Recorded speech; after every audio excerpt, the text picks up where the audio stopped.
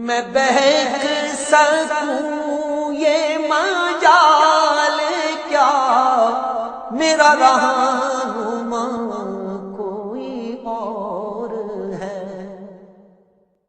نحمدہ و نصلی علی رسولہ النبی الکریم الامین، اما بعد فاعوذ باللہ السمیع العلیم من الشیطان الرجیم، بسم اللہ الرحمن الرحیم۔ قال اللہ تبارک و تعالی فی القرآن الحکیم، ان اللہ و ملائکتہ یصلون علی النبی یا ایہا الذین آمنوا صلوا علیہ وسلموا تسلیما۔ الصلاۃ والسلام علیک یا رسول اللہ وعلی آلک واصحابک یا نبی اللہ۔ اللہ تعالیٰ کی حمد و ثنا حضرت محمد مصطفیٰ صلی اللہ علیہ وسلم اور آپ کے جمیع آل و اصحاب کی بارگاہ ناز میں درود و سلام کے نذرانوں کے بعد قابل صد تکریم و تعظیم میرے دینی اور یقینی دوستوں، بزرگ اور بھائیوں، تفسیر اعجاز القرآن کے اگلے درس کے ساتھ حاضر خدمت ہیں، اور آج انشاءاللہ العزیز سورہ قصص کے پہلے رکوع کی تفسیر بیان کی جائے گی۔ اس کے ساتھ ساتھ یہ 20ویں پارے کا چوتھا رکوع بھی ہوگا۔ سورہ قصص کا آج انشاءاللہ العزیز ابتدائی کچھ مختصر سا تعارف اور پہلے رکوع کی تفسیر جو ہے وہ بیان کی جائے گی۔ اب آتے ہیں ہم سورہ القصص کے ابتدائی تعارف کی طرف۔ سورہ قصص کے مضامین کیا ہیں؟ تو یاد رکھیے کہ سورہ قصص جو ہے یہ مکی صورت ہے۔ اس میں صرف 4 آیات کے متعلق علماء کرام نے بیان فرمایا کہ وہ مکی نہیں ہیں، اور اس صورت کا اغلب جو حصہ ہے، زیادہ حصہ وہ مکی ہے، لہٰذا اغلب حوالے سے اس صورت کو صورت مکیہ کہا جاتا ہے، یعنی یہ مکی صورت ہے۔ اور اس کے بعد اس میں 9 رکوع ہیں اور 88 آیات ہیں۔ سورہ قصص کا جو نام ہے القصص، یہ کیوں رکھا گیا؟ تو قصص کا معنی ہے واقعات اور قصے، چونکہ اس صورت میں مختلف قصوں کو یکجا بیان کیا گیا۔ حضرت موسیٰ علیہ السلام کی ولادت سے پہلے کے احوال کے قصے، حضرت موسیٰ علیہ السلام کی ولادت اور اس دوران اللہ تعالیٰ نے جو حضرت موسیٰ علیہ السلام کے ارہاسات کو ظاہر فرمایا، پھر آپ کا مصر چھوڑ کر مدین روانہ ہو جانا، اور واپسی پر آپ کو اللہ تبارک و تعالیٰ کی طرف سے خصوصی طور پر معجزات کا عنایت فرمانا، آپ کا آ کر فرعونیوں کو دعوت حق دینا، اور اس کے بعد فرعون کا غرق ہو جانا، یعنی یہ مختلف جو قصے ہیں ان کے مجموعہ ہے، تو اس لیے اس کو سورہ القصص کے نام سے تعبیر کیا جاتا ہے۔ سورہ قصص کے مضامین کی طرف آتے ہیں، تو سورہ قصص کا تعلق چونکہ مکی صورتوں سے ہے، اور آپ یہ بات بخوبی جانتے ہیں کہ مکی صورتوں کے مضامین اللہ تعالیٰ کی وحدانیت، شرک سے اجتناب، اور اس کے علاوہ آخرت کے حال احوال وغیرہ کا بیان ہے۔ اگرچہ اس صورت میں زیادہ تر حضرت موسیٰ علیہ السلام کے واقعات کو بیان کیا گیا، لیکن اس میں قیامت کے دن مشرکین اور ان کے شرکاء کا جو حال ہوگا اس کو بھی بیان کیا گیا۔ حضرت موسیٰ علیہ السلام کے واقعے کو پورے قرآن میں کم و بیش 37 صورتوں میں بیان کیا گیا، کیونکہ حضرت موسیٰ علیہ السلام کا قصہ جو ہے یہ بہت مشہور قصہ تھا، اور اس قصے کو بار بار بیان کر کر ان لوگوں کی توجہ حق بات کی طرف مرکوز کروائی جا رہی ہے کہ اس قصے میں یہ بھی مقام عبرت ہے، یہ اللہ کی نشانیوں کا ظہور ہوا، تو جب تم ان باتوں کو جانتے ہو تو پھر محمد صلی اللہ علیہ وسلم کی تصدیق اور تائید کیوں نہیں کرتے۔ اللہ تبارک و تعالیٰ نے کیسے منکرین نبوت کے ساتھ معاملات فرمائے، اور وہ لوگ جو اپنی طاقت اور زور پر اتراتے تھے اور انبیاء علیہ السلام کی مخالفتیں کرتے تھے، انہیں کس طرح کے عذاب کا سامنا کرنا پڑا۔ بہرحال یہ مختصر سا اس کا تعارف تھا۔ اب آتے ہیں سورہ القصص کی پہلی آیت کی طرف۔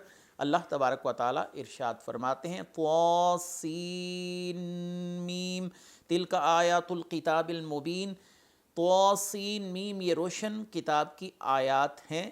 یہ طاسین میم جو ہے یہ حروف مقطعات سے ہے، جس کی مراد حقیقی طور پر اللہ اور اس کا رسول ہی جانتا ہے۔ اولیاء کرام جو اس کی مراد متعین کرتے ہیں وہ اس کی حتمی مراد نہیں ہوتی، ان کے کہنے کا معنی یہ ہوتا ہے کہ یہ مراد بھی ممکن ہے کہ ہو سکتی ہے، لیکن حقیقی مراد کیا ہے وہ اللہ اور اس کے رسول ہی جانتے ہیں۔ حروف مقطعات کے حوالے سے ہم گزشتہ صورتوں کی ابتدا میں متعدد بار تفصیلی گفتگو کر چکے ہیں۔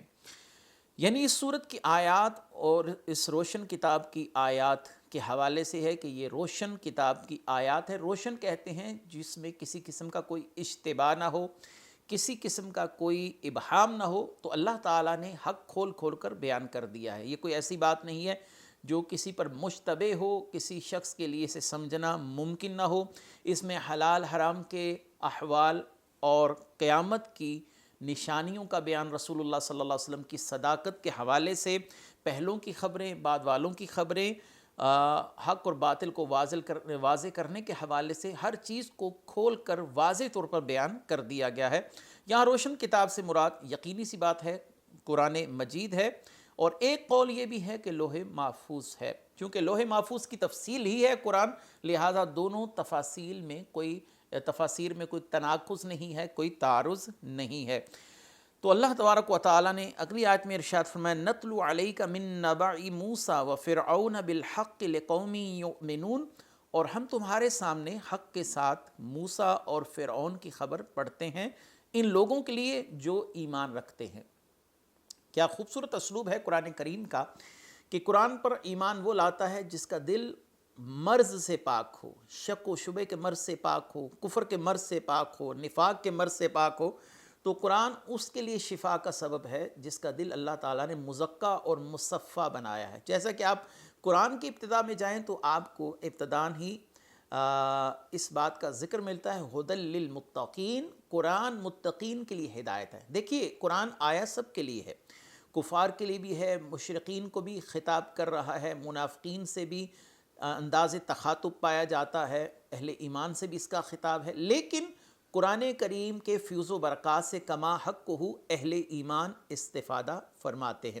جیسا کہ بارش سے زرخیز زمین فائدہ اٹھاتی ہے، بنجر زمین فائدہ نہیں اٹھاتی، تو اس میں بنجر زمین کے اپنی فطرت کا، اپنی اصل کا جو معاملہ ہے وہ اصل خرابی ہے کہ بنجر زمین میں وہ استطاعت نہیں ہے کہ بارش سے نفع لے سکے.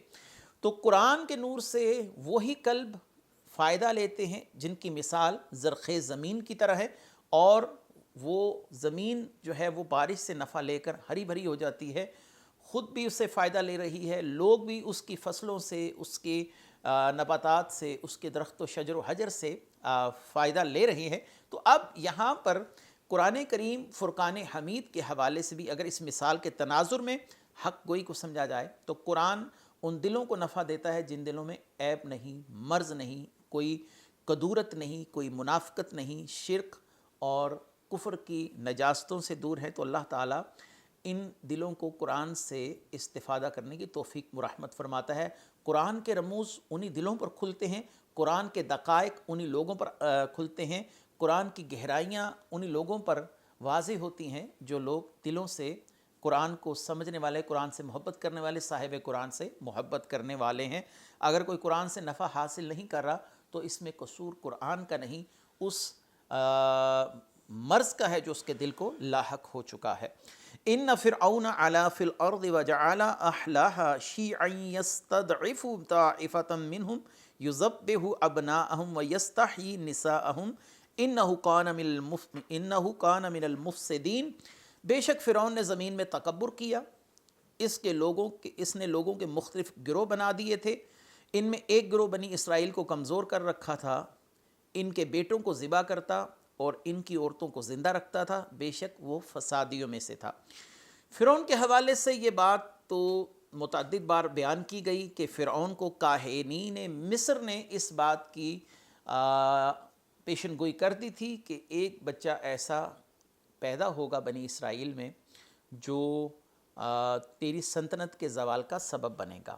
تو فرعون اس خواب کے بعد کافی پریشان ہوا اور اس نے حکم دیا کہ جو بچہ بھی بنی اسرائیل میں پیدا ہو اس بچے کو ذبح کر دیا جائے، یعنی اسے قتل کر دیا جائے، اور جو بچیاں پیدا ہوں ان بچیوں کو زندہ چھوڑ دیا جائے، اور ان بچیوں کو خدمت کے لیے، خدمت گزاری کے لیے وہ زندہ چھوڑ دیا کرتے تھے. تو یہ ایک بہت بڑا عذاب تھا بنی اسرائیل پر کہ ان کے بیٹے زندہ نہیں رہتے تھے، اور ان کی بیٹیاں جو تھیں ان کو زندہ چھوڑ دیا جاتا تھا تاکہ وہ قبطیوں کی اور فرعونیوں کی خدمت پر مامور رہیں. تو یہ ایک بہت ہی بڑا عذاب تھا کسی شخص کے سامنے اس کی اولاد کو ذبح کر دینا. تو یہاں پر فرمایا گیا کہ اس نے لوگوں کے مختلف گروہ بنا دیے تھے. اس نے لوگوں میں مختلف گروہ بنا دی، یعنی لوگوں میں مختلف اختلافات کر کر لوگوں کو گروہ در گروہ تقسیم کر رکھا تھا.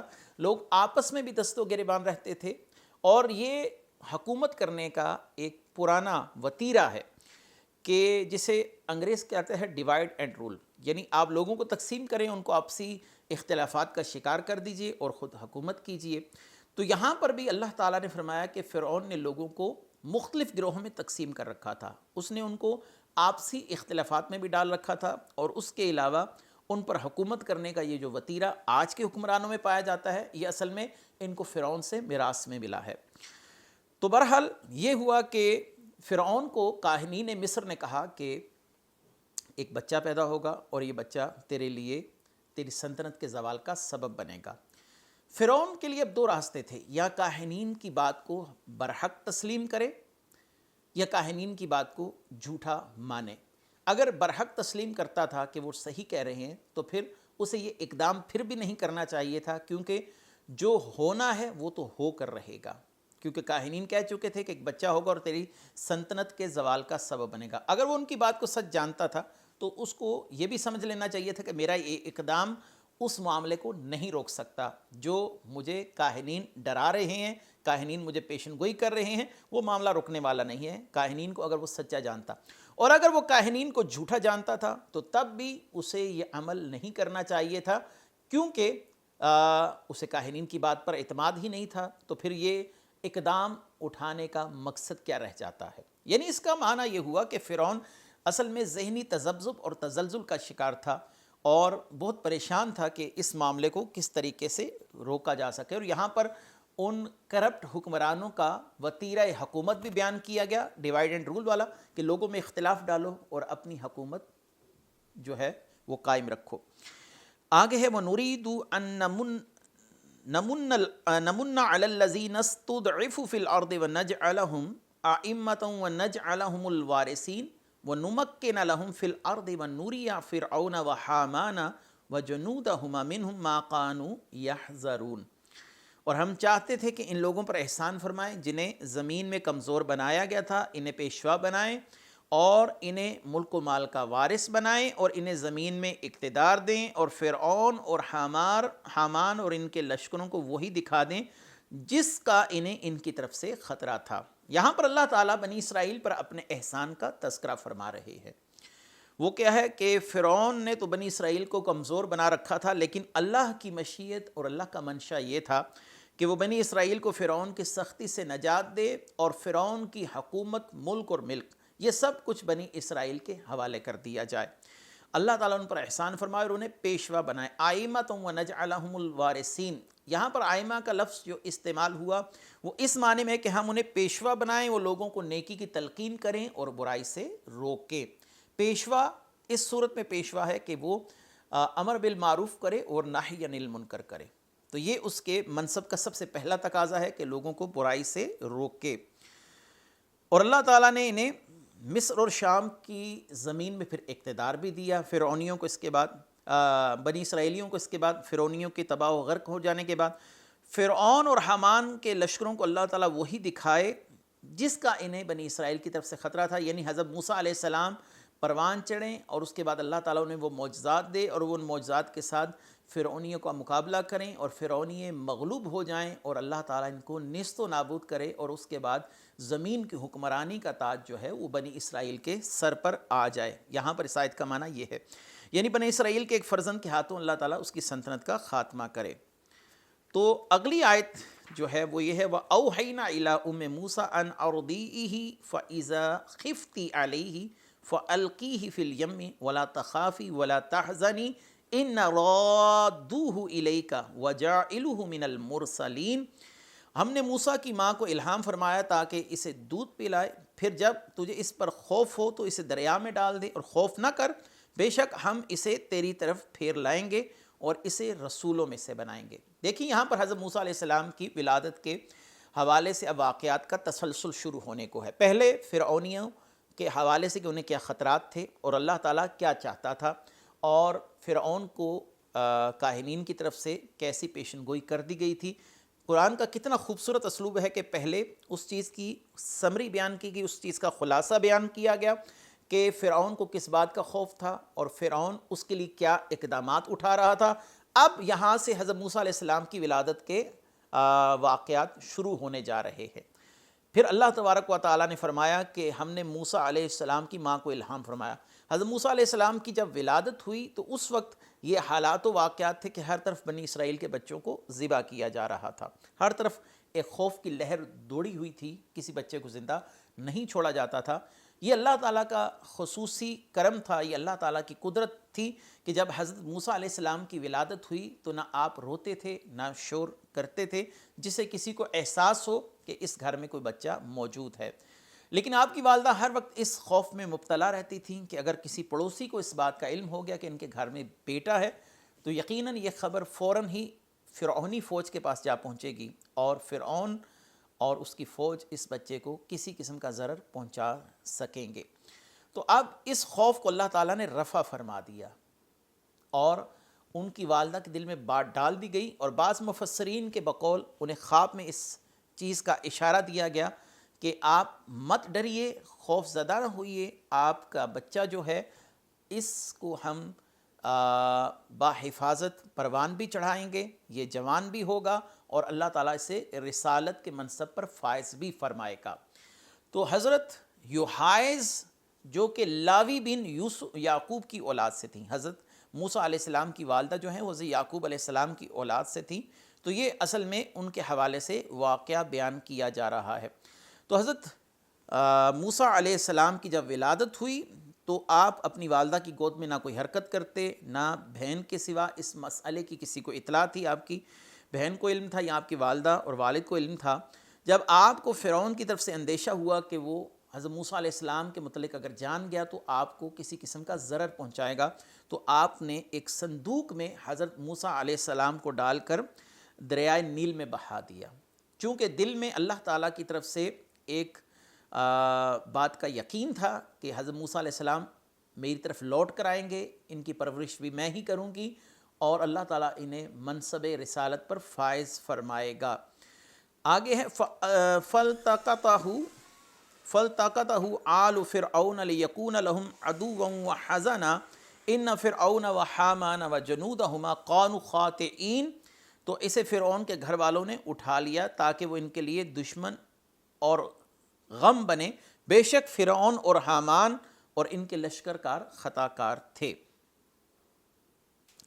یعنی جس رات حضرت موسیٰ علیہ السلام کی والدہ نے آپ کو دریا میں ڈالا، اس کی صبح فرعون کے گھر والوں نے اس صندوق کو اپنے محل کے سامنے سے، جو دریائے نیل سے ایک نہر نکال کر نہر کا راستہ بنایا گیا تھا، حضرت موسیٰ علیہ السلام کو اس نہر میں تیرتے ہوئے پایا۔ یعنی ایک صندوق جو ہے وہ تیرتا ہوا فرعون کے محل کے سامنے جو اس کا ساحل تھا یا اس کا کنارہ تھا وہاں پر آ لگا۔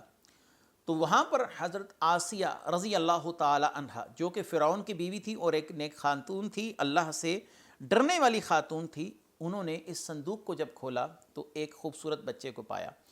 اللہ تعالیٰ نے حضرت آسیہ کے دل میں حضرت موسیٰ علیہ السلام کی محبت پیدا فرما دی، اور حضرت موسیٰ علیہ السلام جتنی دیر دریا میں رہے اللہ تعالیٰ نے آپ کے ہاتھ کے دونوں انگوٹھوں سے دودھ جاری فرما دیا۔ آپ اپنے ہاتھ کے انگوٹھوں کو چوستے تھے تو اس سے آپ کو دودھ جو ہے وہ مہیا کیا جاتا تھا۔ تو جب حضرت آسیہ نے آپ کو دیکھا تو آپ کی خوبصورتی دیکھ کر اور آپ کے چہرے کا جمال دیکھ کر وہ آپ پر فریفتہ ہو گئی، آپ سے محبت کرنے لگی، اور جب اس بات کی خبر فرعون کو دی گئی تو فرعون کے دل میں ایک لاشعوری طور پر ایک اندیشہ تھا کہ یہ وہی بچہ نہ ہو جس بچے نے میری سلطنت کا خاتمہ کرنا ہے یا اس زوال کا سبب بنے گا۔ بہرحال ہوا یہ کہ جب فرعون نے یہ ارادہ کیا کہ اس بچے کو مار دے، اور فرعونیوں نے کہا کہ یہ وہی بچہ ہوگا جو تیری سلطنت کا زوال کا سبب بنے گا، تو آگے سیدہ آسیہ نے کیا گفتگو فرمائی؟ وقالت امرأۃ فرعون قرۃ عین لی ولک لا تقتلوہ عسیٰ ان ینفعنا او نتخذہ ولدا وہم لا یشعرون۔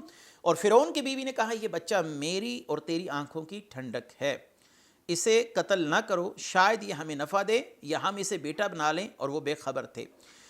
فرعون جب حضرت موسیٰ علیہ السلام کے لیے یہ ارادہ کرنے لگا کہ حضرت موسیٰ علیہ السلام کو بھی ذبح کروا دے، تو حضرت آسیہ نے کہا پہلی بات تو یہ ہے کہ اس بچے نے اسی سال پیدا ہونا تھا اور یہ بچہ سال بھر سے بڑا معلوم ہوتا ہے، لہٰذا یہ تو ممکن ہی نہیں ہے کہ یہ وہ بچہ ہو جس سے تجھے اندیشہ ہے۔ دوسرا یہ ہے کہ وہ بچہ بنی اسرائیل میں پیدا ہوگا، معلوم نہیں بچہ بہتا ہوا کہاں سے آ رہا ہے اور کن لوگوں کا بچہ ہے، اس لیے یہ بات تو حتمی طور پر نہیں کہی جا سکتی کہ یہ بنی اسرائیل کا وہی بچہ ہے جو تیری سلطنت کے زوال کا سبب بنے، اور دیکھنے میں بھی 1 سال سے یہ بچہ بڑا لگتا ہے۔ لہٰذا جب یہ گفتگو سنی تو فرعون کے دل میں بھی رحم پیدا ہو گیا اور اس نے کہا ٹھیک ہے، ہم اس بچے کی خود ہی تربیت اور پرورش کریں گے۔ اور حضرت آسیہ کے اس جملے کے حوالے سے میں یہاں پر ایک بات ضروری کہنا چاہوں گا۔ رسول اللہ صلی اللہ علیہ وسلم کی حدیث ہے مسند ابو یعلیٰ کی کہ حضرت آسیہ کو جو ایمان کی دولت ملی وہ اس وجہ سے ملی کہ انہوں نے جب حضرت موسیٰ کو دریا میں پایا تو فرمایا عسیٰ ان ینفعنا، کہ شاید یہ بچہ ہمیں نفع دے۔ اگر یہی جملہ، یہی کلمہ فرعون کہہ دیتا تو اللہ تعالیٰ فرعون کو بھی ایمان کی دولت سے بہرہ مند فرما دیتا۔ اور حضرت آسیہ یہ بھی نہیں جانتی تھی کہ یہ اللہ کے نبی ہیں، یہ رسول ہیں، یہ موسیٰ علیہ السلام ہیں، اس کے باوجود انہوں نے لاشعوری طور پر یہ بات کہی کہ شاید یہ بچہ ہمیں نفع دے، اور اللہ تعالیٰ نے ایک نبی کے لیے اس حسن ظن کی بنا پر جو انہوں نے ایک نبی کے لیے رکھا، حالانکہ وہ جانتی ہیں کہ نبی بھی نہیں، تو اللہ تعالیٰ نے حضرت آسیہ کو ایمان کی دولت سے بہرہ مند فرما دیا۔ تو یہ جان کر کوئی کہ اللہ کے نبی نفع دیتے ہیں تو اللہ تعالیٰ کیا اس کا ایمان سلب فرما لے گا؟ کیا ایسا شخص بے ایمان اور مشرک اور بدعتی ہو سکتا ہے جو اللہ کے نبی سے نفع کی امید رکھے اور یہ بھی نہ جانتا ہو کہ اللہ کے نبی ہیں تو اللہ اسے ایمان کی دولت سے بہرہ مند فرما دے؟ تو جو اللہ کے نبی کو اللہ کے اذن سے نفع دینے والا مانے تو کیا یہ عقیدہ شرک ہو سکتا ہے؟ یہ سوچنے کا ایک مقام ہے کہ انہوں نے عسیٰ کر شاید ان ینفعنا، شاید یہ ہمیں نفع دے، یہ بھی نہیں کہا کہ یقینی طور پر یہ ہمیں نفع دے گا، فرمایا شاید یہ ہمیں نفع دے۔ تو نبی کے لیے یہ جملے کہنا ہی اللہ کی بارگاہ میں اس حد تک مقبول ہوئے کہ اللہ تعالیٰ نے حضرت آسیہ کو ایمان کی دولت سے مالا مال فرما دیا۔ وَأَصْبَحَ فُؤَادُ أُمِّ مُوسَىٰ فَارِغًا إِنْ قَادَتْ لَتُبْدِي بِهِ لَوْلَا أَن رَّبَطْنَا عَلَىٰ قَلْبِهَا لِتَكُونَ مِنَ الْمُؤْمِنِينَ، اور صبح کے وقت موسیٰ کی ماں کا دل بے قرار ہو گیا، بے شک قریب تھا کہ وہ اسے ظاہر کر دیتی، اگر ہم اس کے دل کو مضبوط نہ کرتے وہ ہمارے وعدے پر یقین رکھنے والوں میں سے رہے۔ وَأَصْبَحَ فُؤَادُ أُمِّ مُوسَىٰ فَارِغًا، جب حضرت موسیٰ علیہ السلام کی والدہ نے یہ سنا کہ ان کا فرزند فرعون کے محل میں جا پہنچا ہے، کیونکہ اس صندوق کو بہتا ہوا دیکھ کر حضرت موسیٰ علیہ السلام کی جو ہمشیرہ تھی وہ صندوق کا پیچھا کر رہی تھی، وہ دریا کے دوسرے کنارے پر چلتی جا رہی تھی اور دیکھ رہی تھی یہ صندوق کہاں جاتا ہے۔ جب یہ صندوق فرعون کے محل تک جا پہنچا تو انہوں نے جا کر اپنی والدہ کو بتایا کہ میرے بھائی کا صندوق جو ہے وہ فرعون کے محل میں جا پہنچا ہے۔ تو اب آپ کی والدہ اس حد تک بے قرار ہو گئیں کہ فرعون کے گھر کا سن کر، فرعون کے محل کا سن کر، یہ کہ وہ اپنی محبت کے تقاضوں کے تحت وارفتگی میں اپنے بیٹے کے لیے اظہار محبت کر دیتی کہ وہ میرا بیٹا ہے جو فرعون کے پاس گیا ہے، یا وہ کسی سے بات کرتی یا وہ اس بات کا اظہار کر دیتی کہ یہ ہائے میرا بیٹا ہے، تو اللہ تبارک و تعالیٰ نے فرمایا کہ اس مقام پر ہم نے انہیں ثابت قدم رکھا اور انہیں وہ جملہ کہنے نہیں دیا گیا، کیونکہ حکمت کا تقاضا تھا کہ وہ بھی اس بات کا اظہار نہ کریں کہ یہ موسیٰ علیہ السلام ان کے بیٹے ہیں۔ تو جو ماں کی ممتا تھی، ماں کی محبت تھی، اللہ تعالیٰ نے اسے ان پر قابو رکھنے کی توفیق مرحمت فرمائی۔ انہوں نے ابھی اس بات کا اظہار کسی سے نہیں کیا۔ اللہ تعالیٰ نے فرمایا کہ ہم نے ان سے وعدہ کیا تھا کہ اسے پھر ہم تمہارے پاس ہی لائیں گے۔ یہ اللہ تعالیٰ کی خفیہ تدبیر دیکھیے کہ لاکھوں فرعونی جس بچے کو تلاش کر رہے ہیں وہ فرعون کے گھر میں ہی بحیثیت بیٹا فرعون کے گھر میں ہی پل رہے ہیں، فرعون ہی خود ان کا خیال کر رہا ہے۔ یہ اللہ کی خفیہ تدبیر ہے۔ اس کا معنی یہ ہے کہ مخلوق ساری مل کر بھی کسی کو نقصان پہنچانا چاہے تو نہیں پہنچا سکتی جب تک اللہ تعالیٰ نہ چاہے۔ وقالت لأختیہ قصیہ فبصرت بہ عن جنب وہم لا یشعرون، اس کی ماں نے اس کی بہن سے کہا اس کے پیچھے چلی جا، تو بہن اسے دور سے دیکھتی رہی اور فرعونیوں کو خبر نہ تھی۔ بہن جو تھی وہ اس صندوق کو دیکھ رہی تھی کہ یہ صندوق کہاں جاتا ہے، لیکن اس صندوق کو اس احتیاط سے دیکھنا کہ کسی دیکھنے والے کو شک نہ ہو کہ تم اس صندوق کو دیکھ رہی ہو، اس کا تعاقب کر رہی ہو، یہ کہاں جا رہا ہے۔ تو یہاں پر اس صورتحال کا بیان ہے۔ وَحَرَّمْنَا عَلَيْهِ الْمَرَاضِعَ مِن قَبْلُ فَقَالَتْ هَلْ أَدُلُّكُمْ عَلَىٰ أَهْلِ بَيْتٍ يَكْفُلُونَهُ لَكُمْ وَهُمْ لَهُ نَاصِحُونَ۔ اور ہم نے پہلے ہی سب دائیاں اس پر حرام کر دی تھی، تو موسیٰ کی بہن نے کہا کیا میں تمہیں ایسے گھر والے بتا دوں جو تمہارے اس بچے کی ذمہ داری لے لیں، وہ اس کے خیر خواہ بھی ہوں گے۔ اب موسیٰ علیہ السلام کے حوالے سے ایک مرحلہ ایسا بھی تھا کہ وہ ابھی بچے ہیں، تو انہیں کس عورت کا دودھ نوش وہ فرمائیں گے اور کون عورت ان کے لیے بطور دائی جو ہے وہ مقرر کی جائے۔ تو حضرت موسیٰ علیہ السلام نے اس حال میں کسی غیر عورت کا دودھ نوش نہیں فرمایا، تو آپ کی ہمشیرہ نے وہاں پر موجودگی کا فائدہ یہ لیا کہ ایک مشورہ دیا محل میں کھڑے ہو کر کہ میں آپ کو رہنمائی کر سکتی ہوں، ایک ایسی عورت بتا سکتی ہوں جو کہ اپنی طبیعت کے لحاظ سے بہت ہی نفیس عورت ہیں، پاک باز عورت ہیں، ممکن ہے کہ یہ بچہ ان کا دودھ تناول فرما لے۔ فرعونیوں کو جب یہ مشورہ دیا گیا تو انہوں نے خوشی سے اس مشورے کو قبول کیا۔ اب وہ اللہ تعالیٰ کا جو وعدہ تھا کہ ہم موسیٰ علیہ السلام کو پھیر کر آپ کے پاس لائیں گے، وہ وعدہ جو ہے وہ پورا ہونے کا وقت آ چکا ہے۔ تو فرعونیوں نے کیا کیا کہ آپ کی والدہ کو بلوایا اور حضرت موسیٰ علیہ السلام کو ان کے سپرد کر دیا گیا کہ آپ ان کی پرورش فرمائیے اور اس کے عوض ہم آپ کو ہر مہینے کچھ رقم بھی دیا کریں گے۔ دیکھیں اللہ تعالیٰ کا امر کیسا امر ہے، اللہ کی حکمت کیسی حکمت ہے کہ وہی ماں اپنے بیٹے کو پال رہی ہے کیونکہ اللہ کا وعدہ تھا ہم اسے پھیر کے آپ کے پاس لائیں گے، اور دوسرے نمبر پر وہی بیٹا اب حکومتی سرپرستی میں اور ایک کثیر رقم کے عوض ان کے پاس رہ رہا ہے۔ اللہ تعالیٰ نے ایک ہی معاملے میں کتنی حکمتوں کا ظہور فرما دیا۔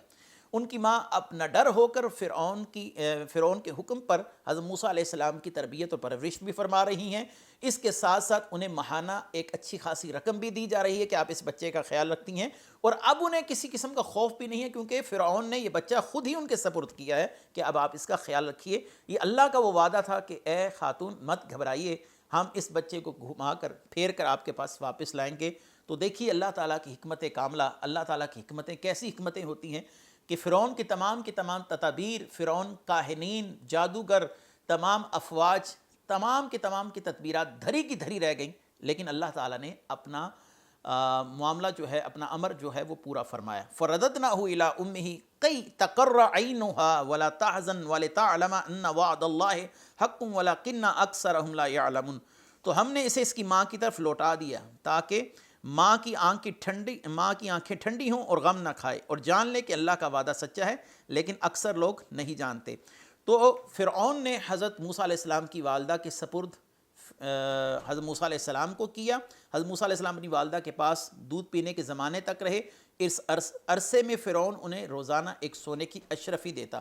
دودھ چھوٹنے کے بعد بھی حضرت موسیٰ علیہ السلام کی والدہ آپ کو فرعون کے پاس لے آئیں اور وہاں پر آپ پرورش پاتے رہے، اور آپ کی والدہ کو آپ سے ملنے میں کسی قسم کی کسی دقت کا سامنا نہیں تھا۔ لوگ جانتے تھے کہ موسیٰ علیہ السلام نے اس خاتون کا دودھ پیا ہے۔ لہٰذا اس کے ساتھ ہی آج کا یہ رکوع اختتام پذیر ہوا۔ انشاءاللہ اگلے رکوع کے ساتھ حاضر خدمت ہوں گے۔ وآخر دعوانا ان الحمدللہ رب العالمین۔ میں بہک سکوں یہ مجال کیا میرا رہا